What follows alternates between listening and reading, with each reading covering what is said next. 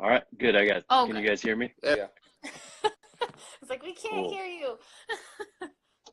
Perfect. Yeah, that happens every time. I don't know why. How you guys doing? Doing well, brother. How you doing today?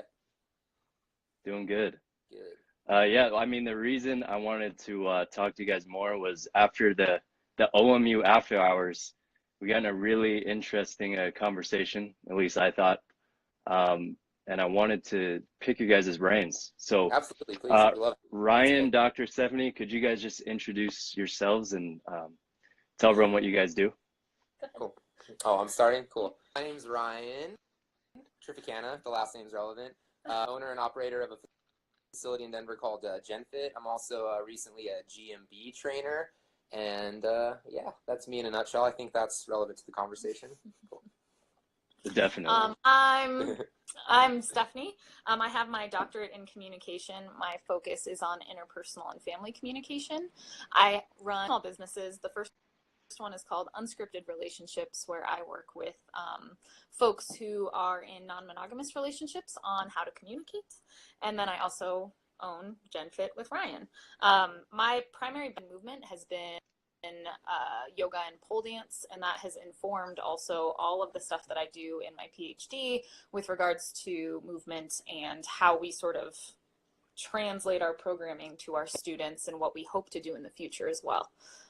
Right now I'm in the throes of writing a book and getting some online coursework built and all that kind of stuff too. So that's me. And what is your book about? So I'm loosely calling it, use your words right now. I'm loosely calling it that. My publisher has not agreed to it yet.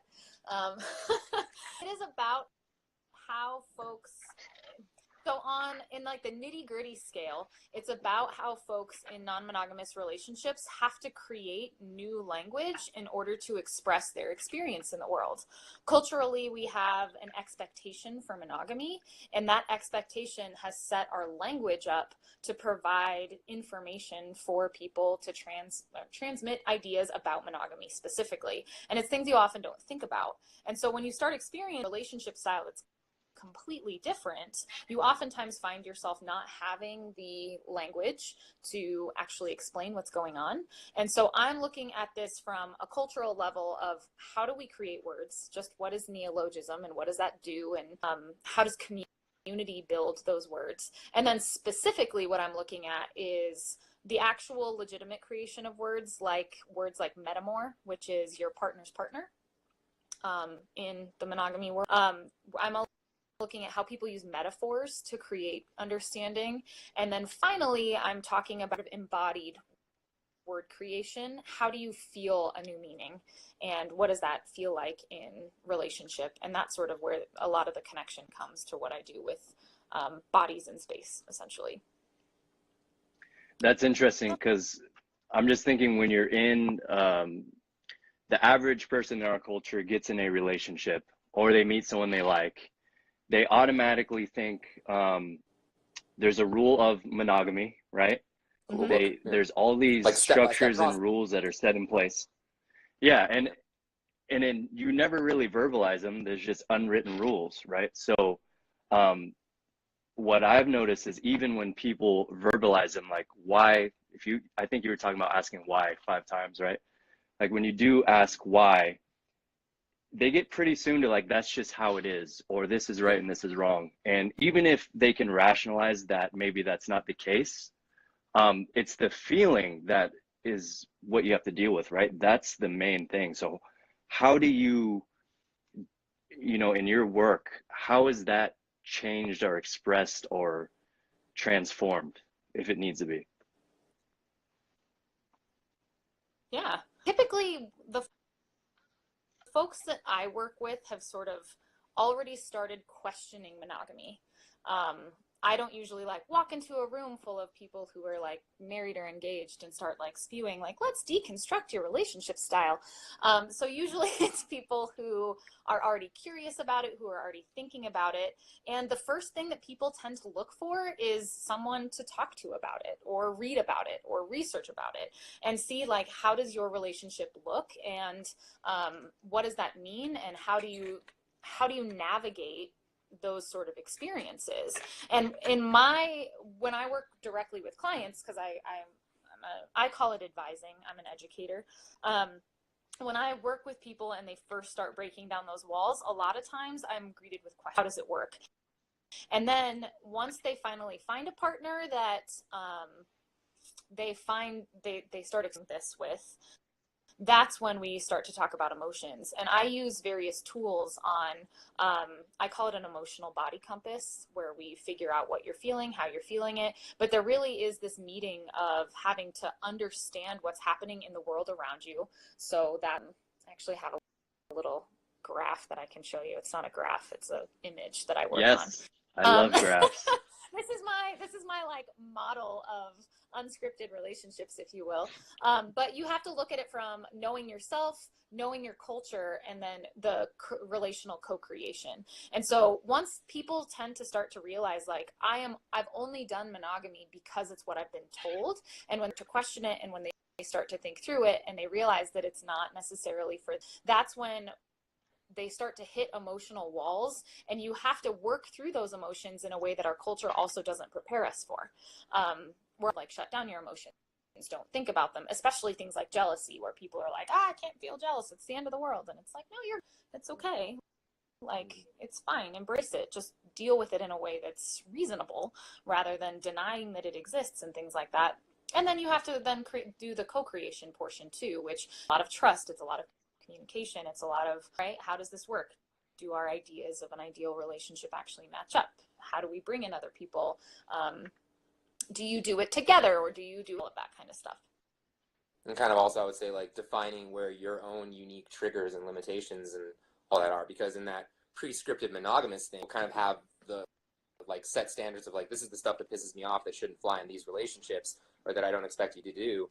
In a non-monogamous relationship, everyone might have different things that set them off, different things that they're okay with. So it's kind of up to the two people involved in the relationship to figure out, like, hey, what are the do's and don'ts? What is our set of rules, our set of standards that works for us as unique individuals and also as a unit? Yeah.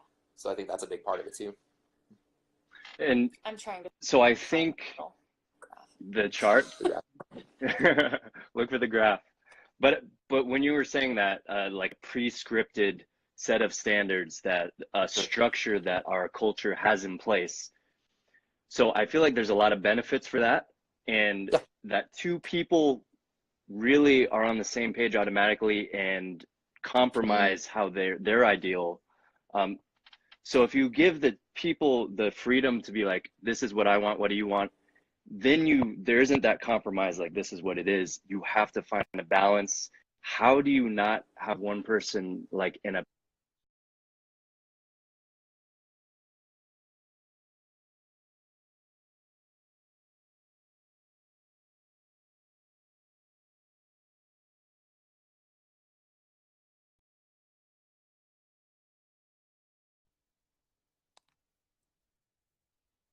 You guys there? Sorry. Hang on. Can you hear me? Well, I'm not going to be able to tell if you can. Can you guys hear me? Yeah, I can hear him. He's just glitching out. Okay, we can hear you now. Ryan's going to try to join from his phone and see if he. Yes. How do I join the live? No, someone just called me on the phone. That's. I don't know. Your phone is weird. I'm just trying to do our best through here. Well, shit. You guys are good. Someone called me. Okay. That's why I paused. Okay. Cool. Yeah, but I feel like that set structure. Do we need a structure to replace it, or is it best to just be like, we have to figure this out on our own and make up our own structure? I mean, do you find that giving them, may have found that works to play with, is a better way than just having them co-create? So I think there's a couple of things to frame this with. And the first is that, yes, there is sort of a general cultural understanding of what monogamy should be, but oftentimes even that understanding isn't quite the same. And so then you wind up having a lot of misunderstandings relationally because you're not talking about things that are sort of presupposed as your monogamous standard. And so I think that does cause a lot of problems just inherently in the monogamous world. In non-monogamy, there are a lot of folks who do use monogamy as sort of a platform or as a framework to work off of. Can you hear me? Yeah, I can hear you. Okay, good. You're like frozen and swirling, so it's stressing me out a little bit. The drugs are kicking in. The drugs are right? kicking in. I'm frozen? Yeah, on my phone, I can only, you're like, and then that's it. But as long as you can hear me, that's cool. So where was I at? So some people do start at from, they use it as a foundation.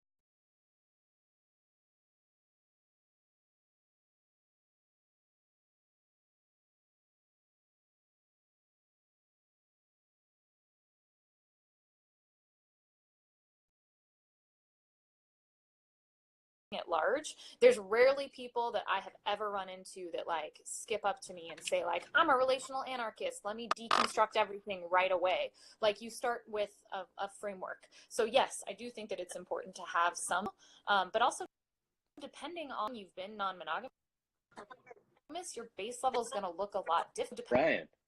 I gave up. My phone's not cooperating either. Apparently people don't want us to disrupt the system. Okay. This happens, yeah, you guys are too woke, I think, and they don't want to change the structure of our reality. You know, bro. But that's kind of, dude, they're not going to hold us down. No.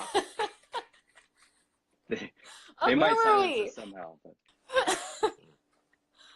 We can see your face. This is good. You're not a frozen robot. Yeah. Good. Inside I am, but not outside. Oh, no. So, yeah, the last thing you were describing was different non-monogamous relationships. I think you said a triangle, a hierarchy, and then kind of like a free-for-all.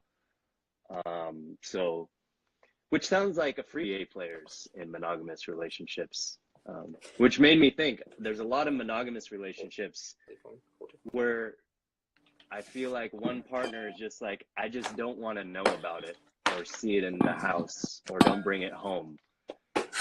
I mean, do you consider that a non-monogamous relationship or just a really bad monogamous relationship? Honestly, that depends on the people who are involved. In my like particular professional opinion, that tends to not work. Like if one partner gets an STD, how are you supposed to talk openly about that with your other partners if it's problematic? So it is a type of non-monogamous relationship. Is it ethically not? Arguably not. I do know some folks who have made that work for them and they just have a very intense system in place. But for the vast majority of people, that winds up being kind of like training wheels, right?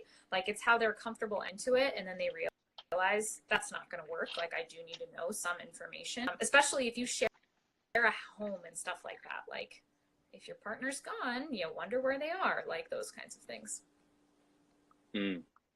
It's not sustainable in my experience. Yeah. I don't think it's so could you guys talk about your personal relationship if you're comfortable? Am I starting it off? You are. So do you want kind of like a summarization of the orientation of the non-monogamous approach started? Like how we kind of arrived at approaching our relationship that way? Or?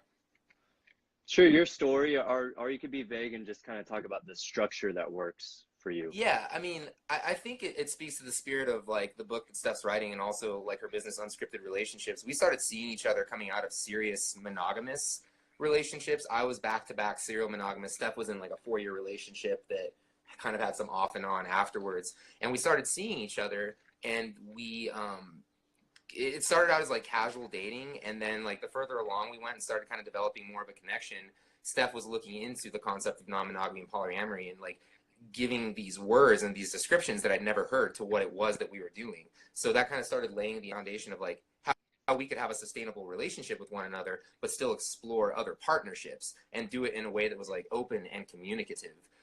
So that's kind of what put us down the path to like, hey, we know that we want to be open with each other. We are just in these long-term relationships devoted to one.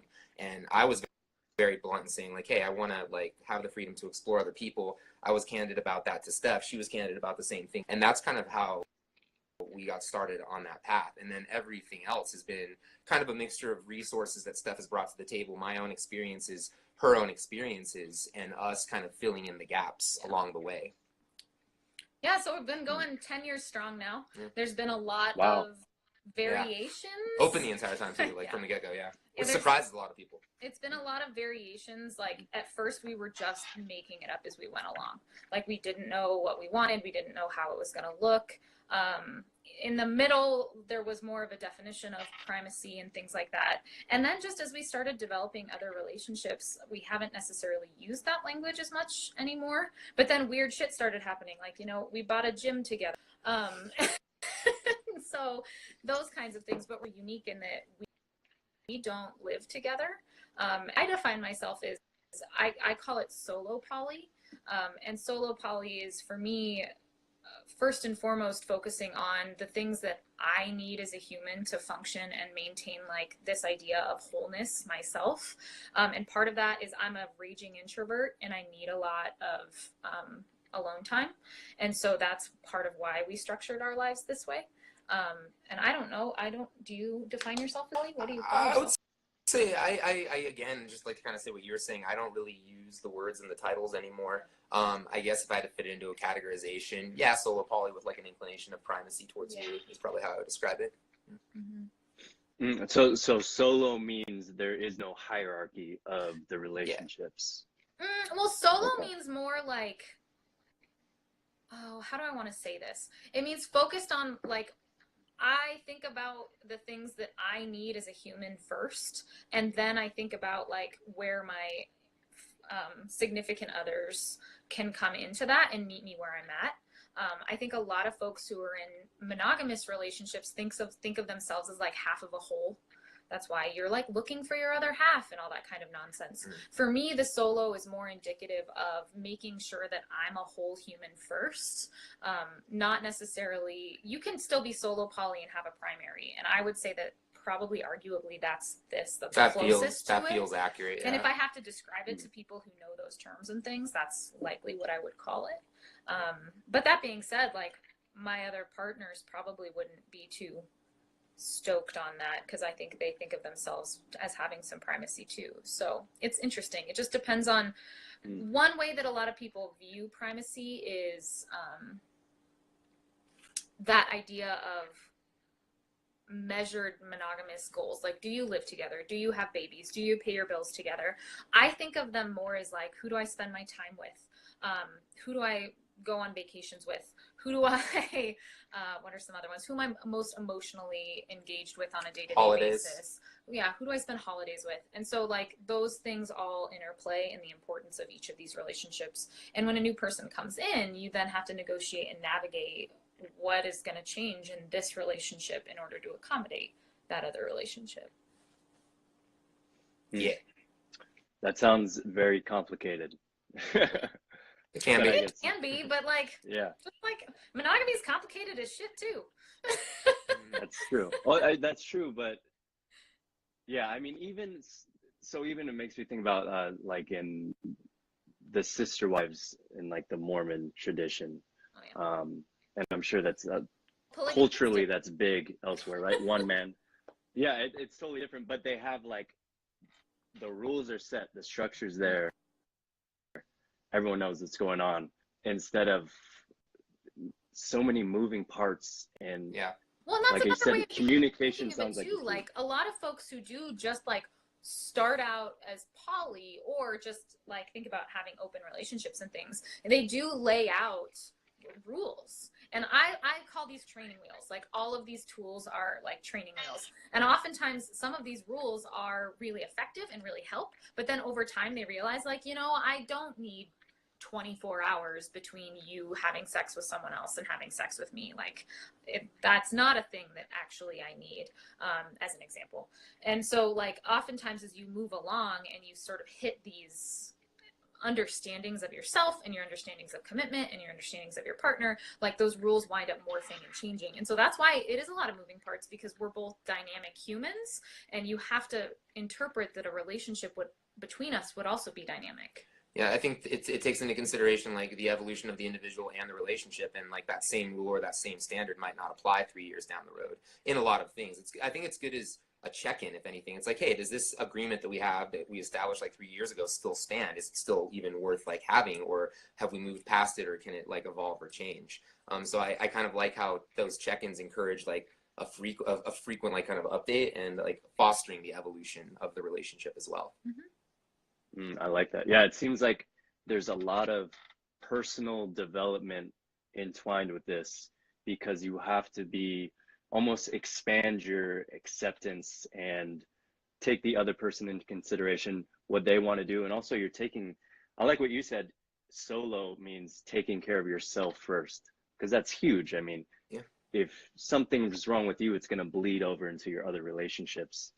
And to switch topics for a little bit, we were also talking about nonverbal communication. So you're an expert in communication, and I had an idea of doing like a partner organic play workshop with couples. And, how often are you doing non-sexual physical contact and playing with each other and laughing? Have you looked into this at all? I think you said you've experimented with that. Yeah. So for Unscripted, which is my small business side of things, I write a syllabus every month. And this month is actually couple activities or relationship activities. So you could do it with one other partner, or you could do it with multiple partners over time. And so this is something that I dabble with a lot, especially when people are building initial relationships with folks. Like, how do you establish a unique, intimate experience with someone? And how much does that intimate experience, how much is that informed by stuff that happens not in the bedroom? And so, like, I do a gazing activity pretty regularly. I like partners to do breathing activities together also, like sitting back to back, breathing activities, like let's check in. But it's also just a really soothing, connecting activity. I've been playing with, in the project we just did, Fighting Monkey, I've been playing with how I can get my clients to use the practice ball with each other, and like how would that inform that kind of dynamic. And so I do use some of those things, but it's also something that I consistently think about. But I also think that it's really important to have connections that are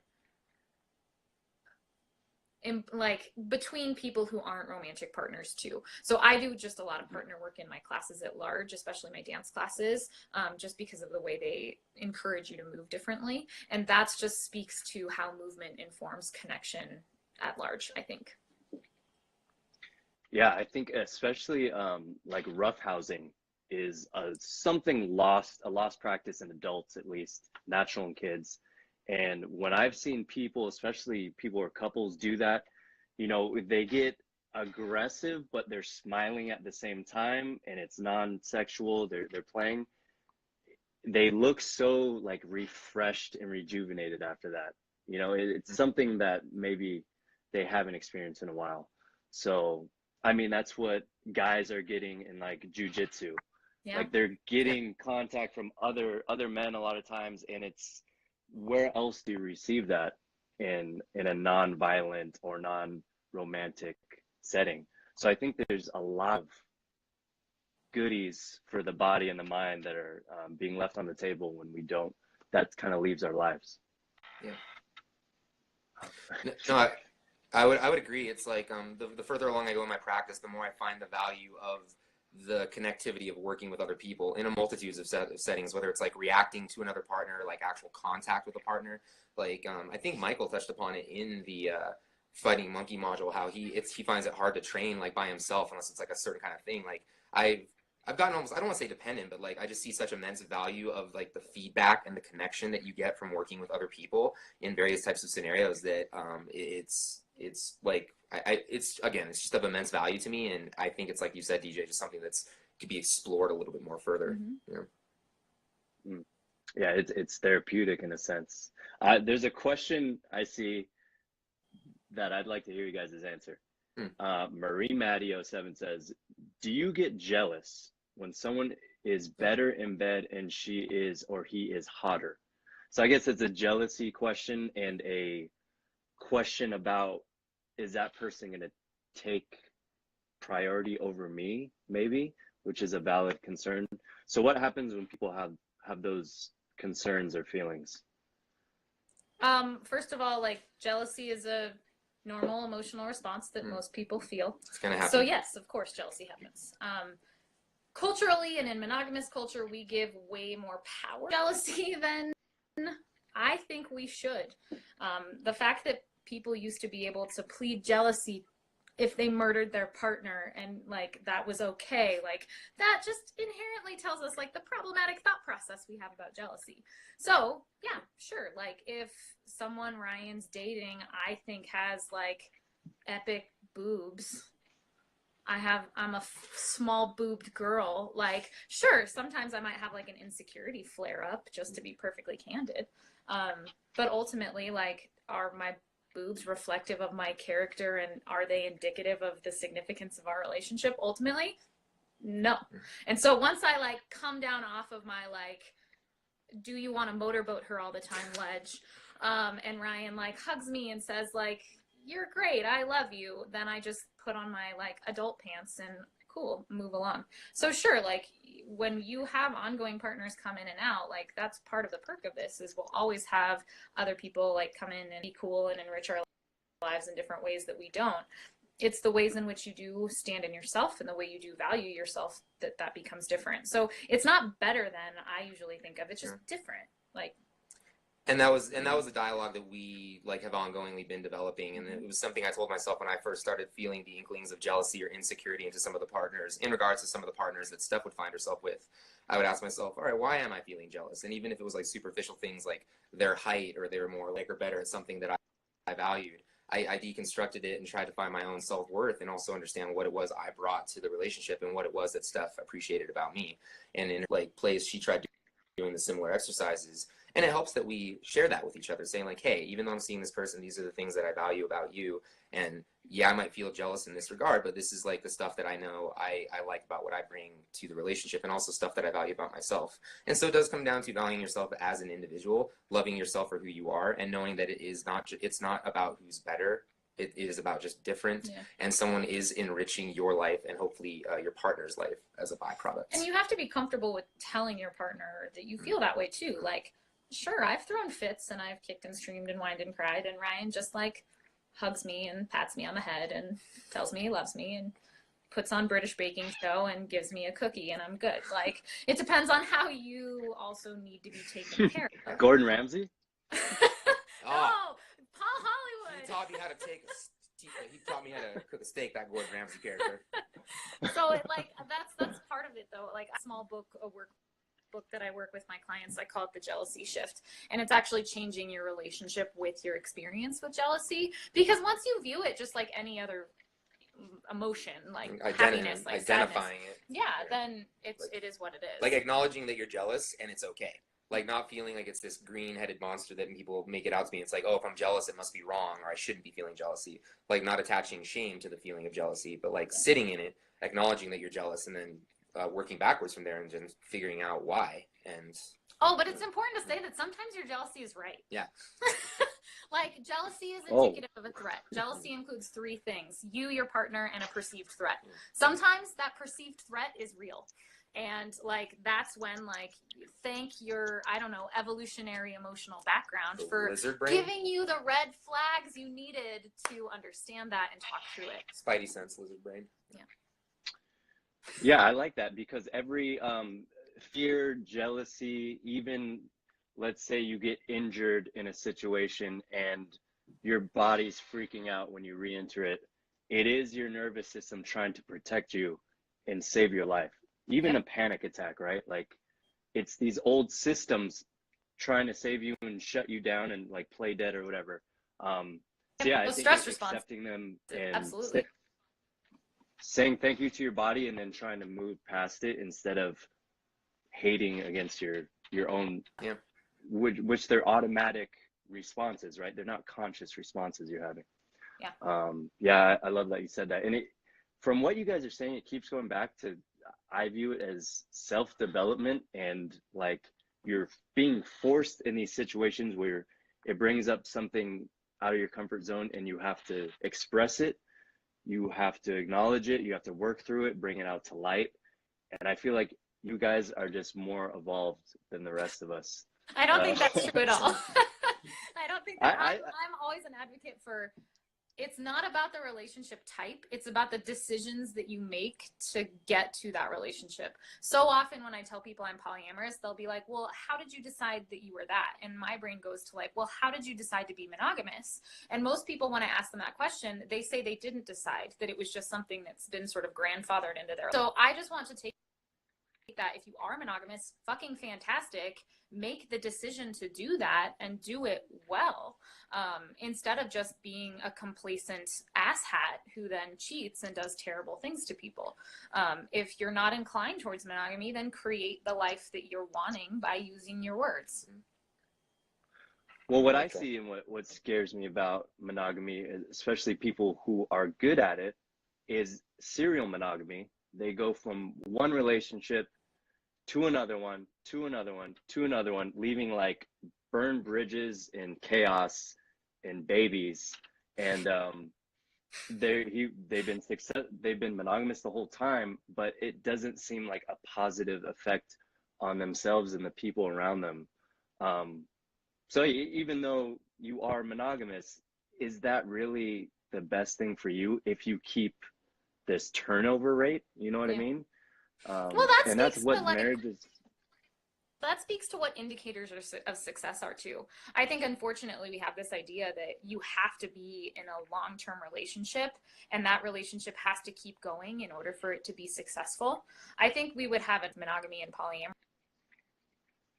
if we just embrace the fact that like sometimes relationships should end, and that doesn't mean that you broke up. It means that you both made like a reasonable decision. And I kind of have joked about this in the past because I think Gwyneth Paltrow wrote a book about like conscious uncoupling or some kind of nonsense.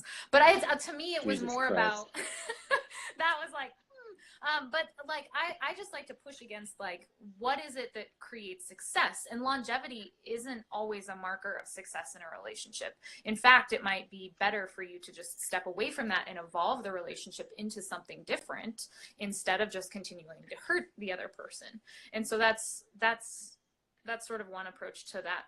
And I'm not, serial monogamy doesn't make me mad as long as you're not an asshole. Like what you described would like be an the wake asshole. Of destruction and babies crying is not good. Yeah, but, like I mean, don't be an asshole if you're going to intentionally be serial monogamous. Like that's fine, but like I think what makes that difficult is like, well, how long will the relationship last? How do you know you're serially monogamous? Are you just holding out for someone who's going to longer? Like what is your beef and issue there? And I think that would take a lot of work in and of itself. Yeah, I don't think most people know. I think it's just they're thinking in the moment, oh, I'm in love or whatever. I have this feeling. It goes away, and then they're like, it's not working. It falls apart, and then they just repeat it, and they don't have that. They can't step outside and look. But real quick, how would you guys describe love, if we're going to use that word? I mean, scientifically, it's like a chemical drop in your brain, right? That's so actually what happens. Right? Like you literally have all kinds of shit, oxytocin, all kinds of things happen, and like it creates a feeling, a physically embodied sensation and emotion. For me, I define love differently depending on the person and how I feel it. With Ryan, like the way that I love him is incredibly companionate. I care about his well-being on a regular basis. Love for me with him means that I make sure to check in with him every day, that his needs are being met and that I am being the best person that I can be for him. Some days loves means with him, like, I need to not see you today because I'm going to flick you in the eye. And that's better for both of us. So it depends today. That's how I'm feeling about this guy. What about you? Like for me, it's love is a little bit. I don't go like the chemical aspect. It's like I like what you said about how it varies from person to person. I would definitely agree with stuff that like our love for each other has like evolved so much over the years that there's like a very companionate foundation where we can be very honest and very transparent. But for a new relationship where I'm starting to develop feelings of affection and love, it might not necessarily feel that way. It might feel more urgent and more like kind of I guess like a little bit more indefinable. In the end, it's just like a feeling. It's like, not to quote the Matrix to be that dork, but it's like, you just like, Aww, yeah. That's very romantic. And sure. And it's like, it's one of the weirdly like rare areas where I am kind of a uber romantic, but it's like, for me, it's intuitive and it's a feeling, and kind of hard to define. But if like it's contextualized with like the person that I'm speaking about, I can lend a little bit more of a descriptor towards it. Yeah, I love that. Like, because even if you could, like, there's that story about the blind person who's been in the dark their whole life, and they could explain everything about light and photons and how it works and the reactions. But once you see light, it's an experience, right? And it's embodied and you're present. And the feeling, which we just slap a word for, which can mean a lot of things, love.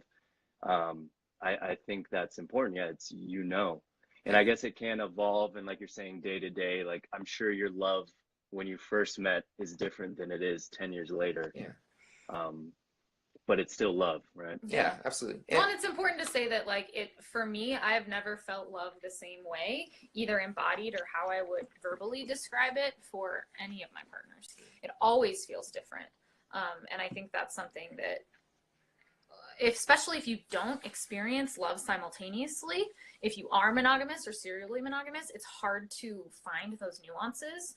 But like, so for me, I'm inclined, I usually kind of max out. I get polysaturated, if you will, at like 3 partners.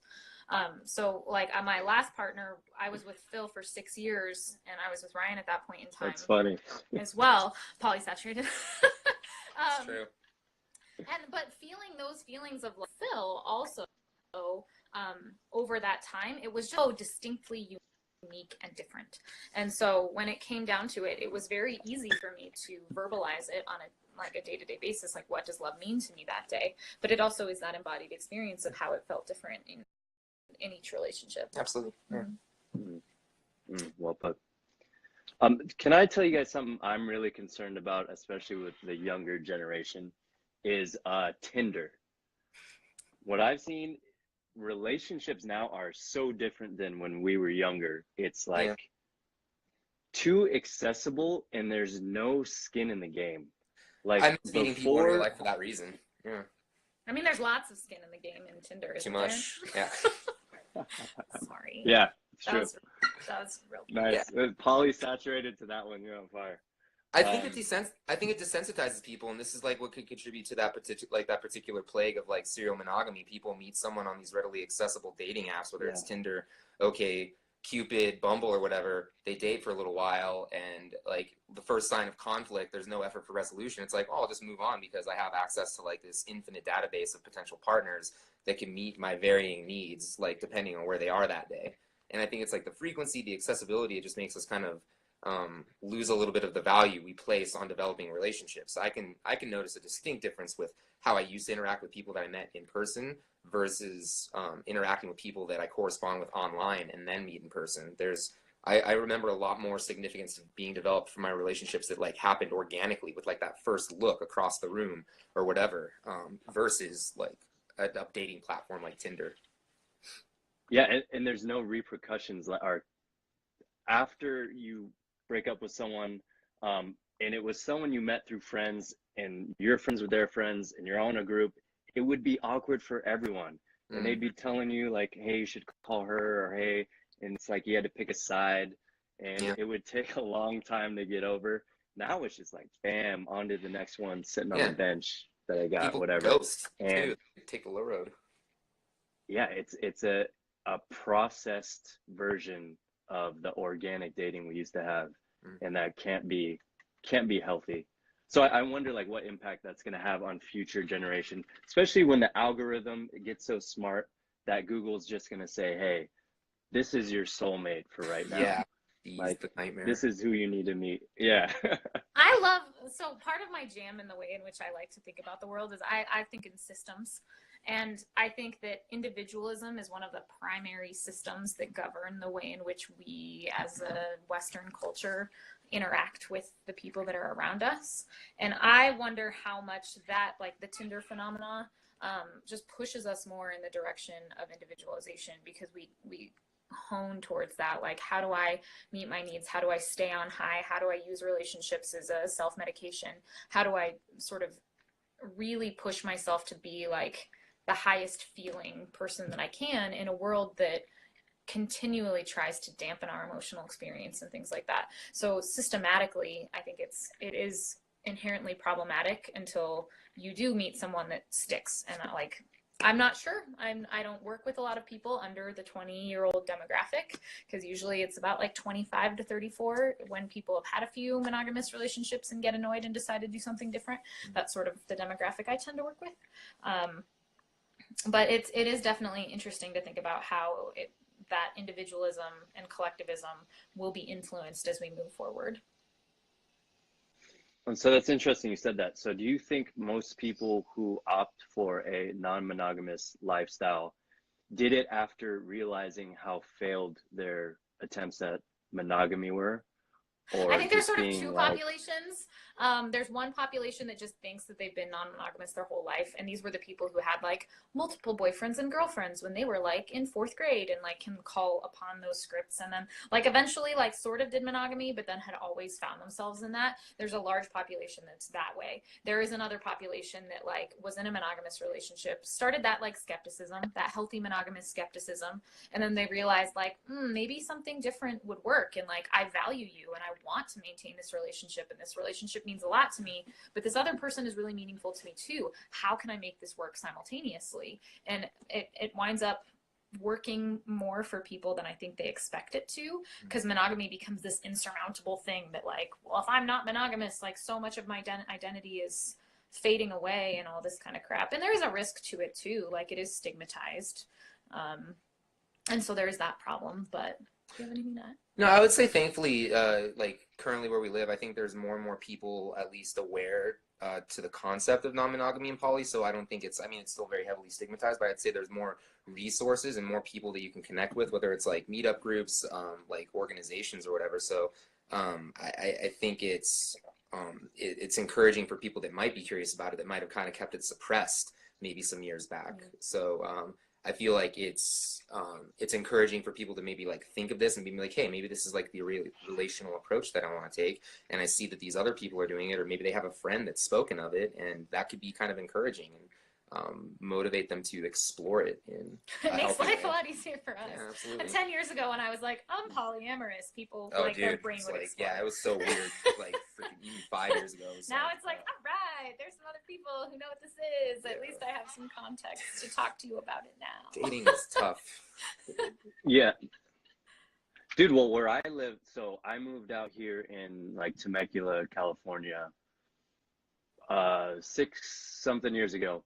And it's a very conservative like bubble in California. Like everyone goes to church and listens to country music, and they drink wine maybe. But I found this is one of the biggest swinger populations like I've ever seen in my life.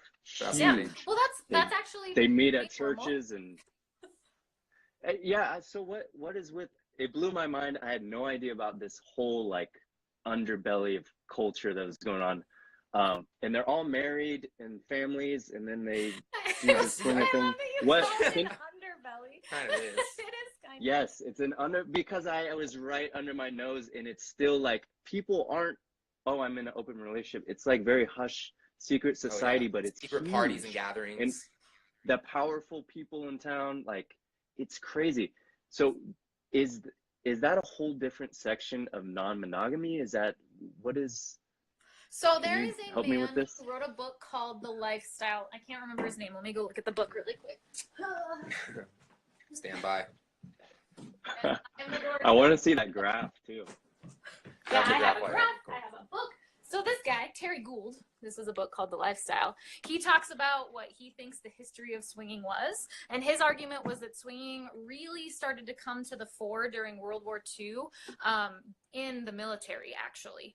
So you'll actually find highly conservative folks that are drawn to it simply because that's where arguably it originated. And the idea behind it was when men, before they would go off to war, they would get married and they would make sure that they had sort of sexually bonded with other couples so that if they didn't come back from the war, their partner would be taken care of. So it still has this very like family values mentality behind it. But as it sort of evolved over time in the 70s and things like that, then it got kind of the hippie rap, right? Like people were in communes and that's the only way swinging happened, but it's very firmly is a part of people's identity. And the thing that I think is interesting is that people uphold the external perception of monogamy, but explore sexual relationship of that. And oftentimes there is sort of an unspoken, sometimes it's spoken, depending on the swinging community that you're in, that you're not going to have an emotional connection to the people that you're sleeping with. So you are sort of upholding that monogamous standard of emotional exclusivity, where the physical exclusivity isn't necessarily there.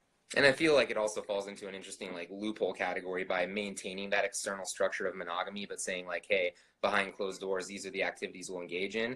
As long as we forego this emotional component, we're still upholding the contract of our marriage. And then secondarily, I think another one that's across the board with swingers is they always like play, not always, but they typically play together. It's a polyamorous relationship where you're dating separately from your primary partner or your partners. Swingers, like a couple that's like swinging with other couples, they're all in the same room, or it's all kind of like consented that like, hey, we play together and we do this thing together. It's not you going off with another guy and interacting separately from the marriage. And I think that falls within the construct of upholding the surface perception of the marriage. But again, all different swingers do it different ways, and there are some people who are swingers who also define themselves as polyamorous. So there are people who defy these particular rules, but this is kind of a broad sweeping like understanding of the way a lot of folks do it, especially if you look at like the literature on people who've studied it and things like that. And interestingly enough, within the swinger community, like when you start bringing in components of like polyamory, that gets kind of like confrontational with some of the people that are like adamant swingers that don't want that emotional component in. Like I've experienced that firsthand with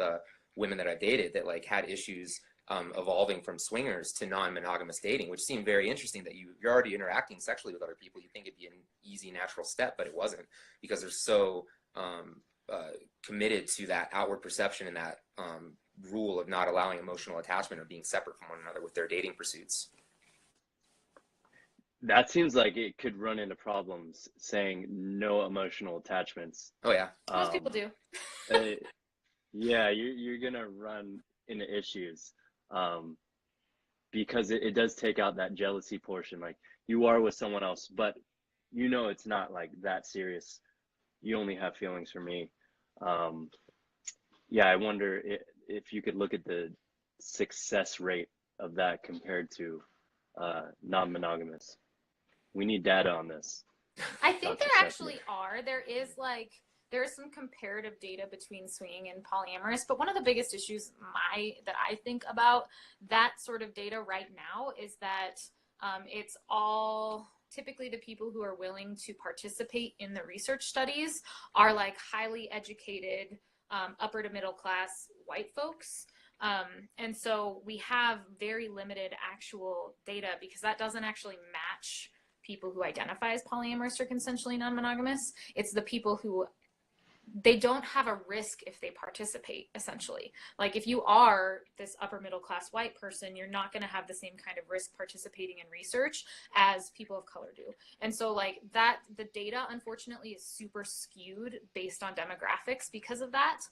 And that's something that I'm hoping to change with my research, is making sure that my research is inviting and that people of color do feel welcome, and that I'm intentional about creating those communities to better understand the way that everyone does this, because non-monogamy transcends all of these demographic factors, but it's how do we invite people to the conversation, and how do we get actually good information on it so that people who do want to learn more can step into those spaces. I would love to see that, because we know that the institution of marriage has what, a 50% success rate. Yeah. I would like to see the other ones. I wonder if maybe it's just the same, you know, maybe it's just choose the one. Or what, do you have a feeling, like if you had to bet on it, would you say there's a difference in success rate with monogamy and non-monogamy? Are you defining success by longevity, by like maintaining the commitment? Um, or just yeah, see, that's difficult. Maybe just failed would be either separation that didn't end well instead of evolving into something new. Yeah, I don't know. I guess think that could happen with monogamy too. I think longevity with like the continual opportunity for growth within the relationship is kind of how the way I perceive success. It's like it's not just a matter of how many years can we tick off the old belt and like how many like how can we keep plugging along. It's like, hey, are we doing this and challenging ourselves? Are we still evolving as individuals and with each other? That could be like a way to kind of qualify longevity and a successful relationship. Well, I might argue that success could look at like contentment factors, like how good do you feel in your relationship? What are your own individualized markers for what a successful relationship feels like? Because I do think a lot of people interpret longevity as success, and I'm not saying that's wrong. It's just define it, right? Define what the hell success is instead of making a broad sweeping statement of like, this is what successful relationships look like. And so I think if I do know that like contentment, happiness factor, that research has been done. Again, unfortunately, it's not super demographically robust, but folks who are in non-monogamous relationships tend to fare just above married folks when it comes to contentment and happiness. There are a couple of studies that are about that. They're a little bit dated though. They're in like the early 2000s. Those were done. If we're talking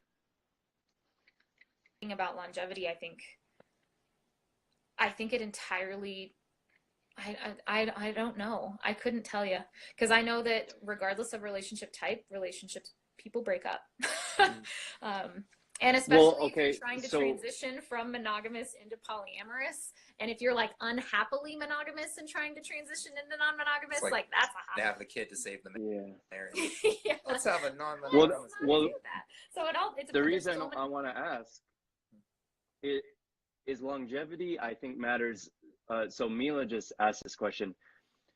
If you're parents and you have a child, how does that, I mean, is it like it takes a village? I'm sure the mom wouldn't want, I mean, you want to talk about jealousy. A mother having someone else act like the mother is probably that times 100, right? So, and I think the goal would be to co-parent the child as long as possible and have a stable family for the child. So when that monkey wrench is thrown in the equation, in success, do you still think success is based on longevity, or is it just, do you separate the romantic part from the parenting?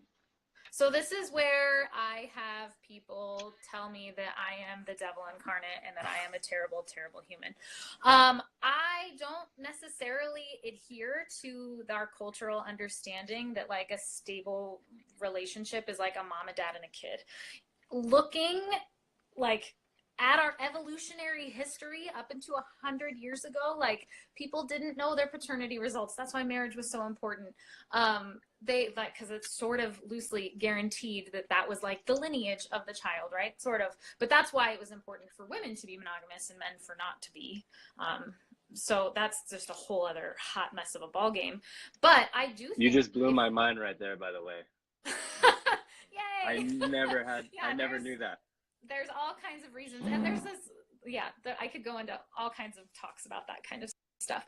But the additional components on top of that are like, when we look at other cultures, like multi-generational family and parentage is normal. Having a child have multiple people who are adults who can support and sustain and help raise them, that's been something that interculturally has happened. And so this weird idea of the nuclear family is very new, and we've spent a lot of our like time trying to prove that it's the healthiest, and it's also become like a marker of what like a six, like what do they, people argue that it's like the thing that upholds American values. And like I said, this is why I'm the devil incarnate to a lot of people. I think that's nonsense. Like, how about let's like have some honesty go on and like talk about love in a more robust way, talk about commitment, talk about what longevity means to raise a child in a thoughtful way. I get a lot of questions about like, when do you come out to your kids? And it's like, if you're just doing it and you're practicing it and you show them that like this way of loving is just as valid, then like they just get a gaggle of parents in their life that are all supportive and loving. And there's a woman named Elizabeth Sheff who does a lot of research on this. She wrote a book called The Polyamorous Next Door. She actually has the longest study that's studying children in polyamorous relationships. And she says that like, children of polyamorous relationships are just as like happy, just as adjusted. There is this sort of argument of if you are, what is it, like the more adults you're exposed. Single parent? Well, yeah, that's part of it, right? Like single parents are a big part of our culture now. But there are studies that say single parents or a parent that's a non-biological father is a huge determining factor of risk. If you're going to be a felon, or I think it's income generated and like college. There's also risk of what is the word I'm looking for? Like abuse and things like that too.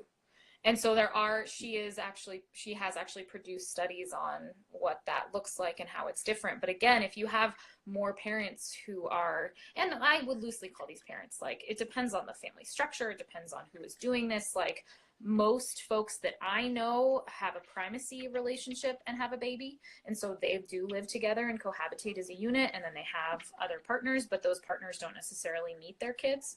Have you met any of your other partners' babies? Yeah. Seven a couple times. I think there was maybe one where I didn't, but actually no. I have met, but I was with one partner for about a year, and I didn't meet her kids. So that was just like logistics. I think it wasn't for a lack of desire to not meet the kid. It just like didn't work out. But I've met a lot of my partner's kids. Yeah.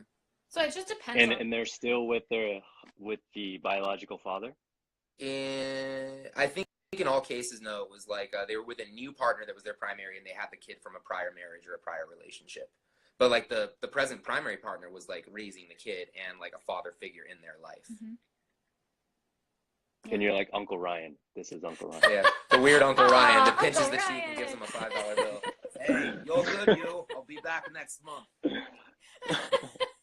But that all depends on the people that are doing it and how they're deciding to do it. And a lot of people don't decide to co-parent at all. They have their baby, and that's not necessarily a part of their other relationships. That being said, there are people that, like, as a trifecta, decide to have a baby and they raise it together. It entirely depends on the group of folks. But arguably, based on Elizabeth Sheff's research, the people raised in those, and she's tracking them now, they're all in their late teens at this point. Like I said, those markers of contentment, well-adjusted, however you measure that, all of that kind of stuff is the same.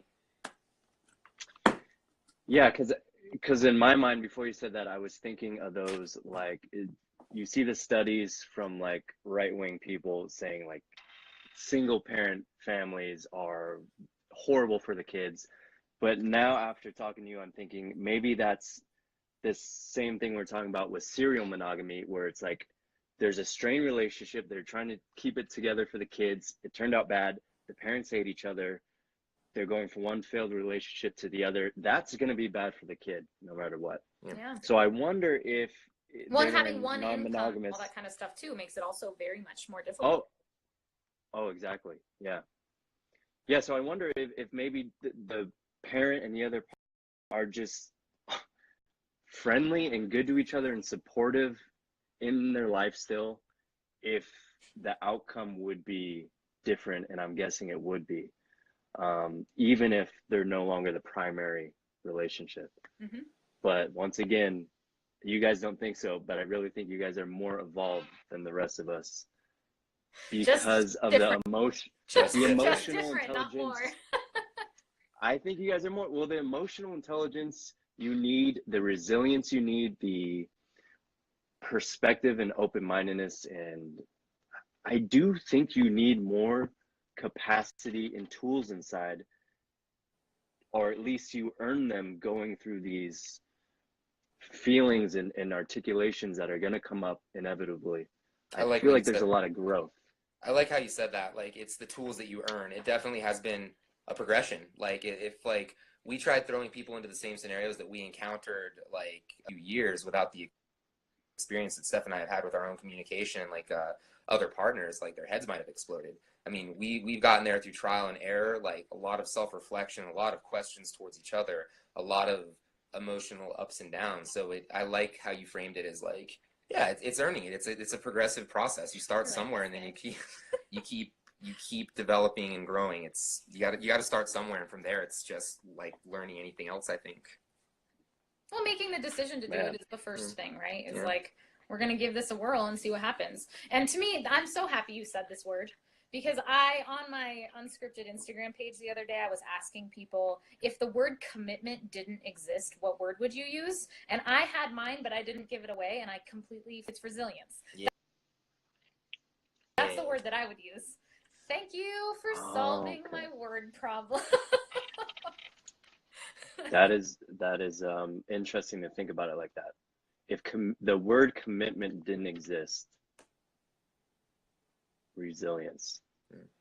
That's what I would use pretty Yeah. Well, and I think it's interesting, like how commitment can be kind of closely followed by a misplaced sense of obligation as well. Like, well, why am I committed? It's like, well, I've been with this person so long. It's like I kind of, or like we have kids or we have a house or something. Like, I mean, I think commitment's just a step away from like kind of an unexplored iteration of obligation or potential. It has a potential. You've I invested would so argue though much. too that What's that? if those are the reasons for doing it, then that can be legit if that's why you're doing it. Absolutely. And just step into that and embrace it, and don't make it seem like it's something else, because we conflate things like commitment and love and marriage, and those conflations I don't think are really serving us, because then we can't untangle them. I'm guessing marriage, the institution of marriage, isn't accessed much in non-monogamous relationships. Do you think there's benefits of it, or do you think that's another total cultural thing that we kind of just have the remains of that we're still using? A lot of folks do actually get married. A lot of folks who are non-monogamous are married or do get married. It is still an institution that is widely accepted non-monogamously, which is ironic because you can't have multiple marriages, so it's illegal if you do that. But that's where like other sort of ceremonies come in, like commitment ceremonies and things like that people have. I do think that there's just kind of an inherent human need to like celebrate cool shit like good relationships, and I think that's why marriages still have a hold on us.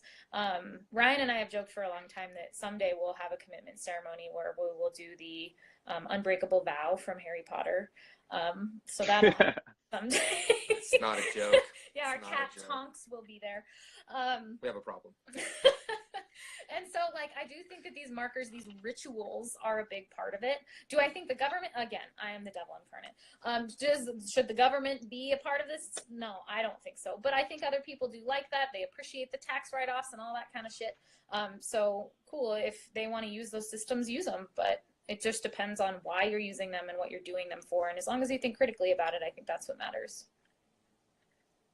Yeah, especially if you have kids, like legally, marriage does a lot of things. Like if your partner is in the hospital, you have say over some of the things that happens to them. It's I've joked that I'm gonna adopt my partners. That's how I'm gonna find my. You're gonna adopt them.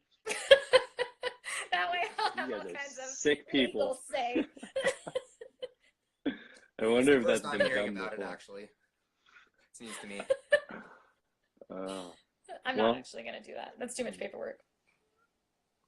That would be a cool part of your book, though. Right. How do you create sort of governmental loopholes to be connected to your partners? Yeah. So have you found in your work helping people communicate and work transitioning into non-monogamy, that this communication crosses over to different areas, let's say with other members of the family or with work or peers? Can this cross over to other areas of your life? 100%. Almost everything that I teach I pull from all different resources, be it organizational communication, relational communication, conflict communication, and I spin it with ideas that are relative or relevant to romantic relationships. But absolutely, the skill sets that I teach at large do translate across the board. The listening, nonverbal, how to set boundaries, like all of these things. That's why I actually do have a large monogamous base of folks who do follow me for relationship skills too. I have one client right now who's monogamous. These skill sets absolutely translate. Ryan, do you have any experience with what you've taken, the tools and the growth with your relationship into other areas of your life or working with other people? I think so. Like the critical thinking factor being one, instead of just readily accepting something because of, I think you said at the very beginning of the live, like because we feel it. Like when someone asks you, well, why do you do this? Because I feel it. It's like diving deeper, taking an honest look at myself when it comes to deconstructing certain beliefs, and then how I try to break that down and share it to people is definitely a tool that I've applied to, like being a teacher, also in the way that I approach my relationship. So I would say that self-awareness, that emotional intelligence, having empathy for people. I think the empathy that I've gained from this particular practice is really big as well. Sorry, I just got distracted by a comment that I'm reading. You can sign an advance directive and assign any person to make medical decisions for you, and it doesn't have to be a spouse. This is why I need a law degree. What? You guys need to get on that. Right? How many people can you add? Right. All of them. How many people can be in charge of that? Cool. Dude, this is like eye-opening, this conversation. Some matrix shit. I want to thank you guys again. Yeah. Could you guys once again tell me more about where to find you, more about how to get this book that's coming out? Oh no, you're frozen. Oh, Are we back? you're good. Okay. You're good. So I have two accounts. I have my sort of more movement fitness based account, which is SK Polecat. That's the one I've joined through this live. And then Unscripted Relationships is my other Instagram handle. And that's where on both of those accounts right now, the link is in my bio for my Kickstarter.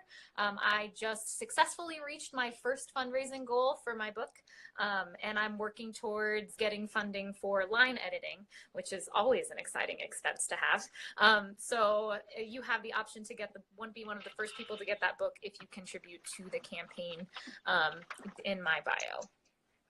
You can also sign up for, monthly I send out a syllabus, which is all kinds of readings and activities on the topic of the month. And this month is movement. I do have a really broad definition of what movement is though. So if you have any interest in that, you can also shoot me a DM and I will send that syllabus to you. I'm not writing a book. What? Get on that. Write a blog. If I did, it'd be a coloring book. But how can they find you? They have adult coloring books. That's big. Yeah, absolutely. It's a thing. Oh, if people want to find me, it's just my name, Ryan Trificana on Instagram. Yeah, and then our facility is GenFit Denver, also on the IG. Yep. Yeah. Okay. Trificana, Trificana. Yeah, that's it. Got it. I had to write that down. Cool. Thank you guys so much. Thank you so much. Thank This you, was so much DJ. fun. Dude, this was awesome. I thanks want for to taking talk time for some the- more, and I look forward to checking out that book. Yeah. All right. Yay. Have a good one. Thank you. All right, guys.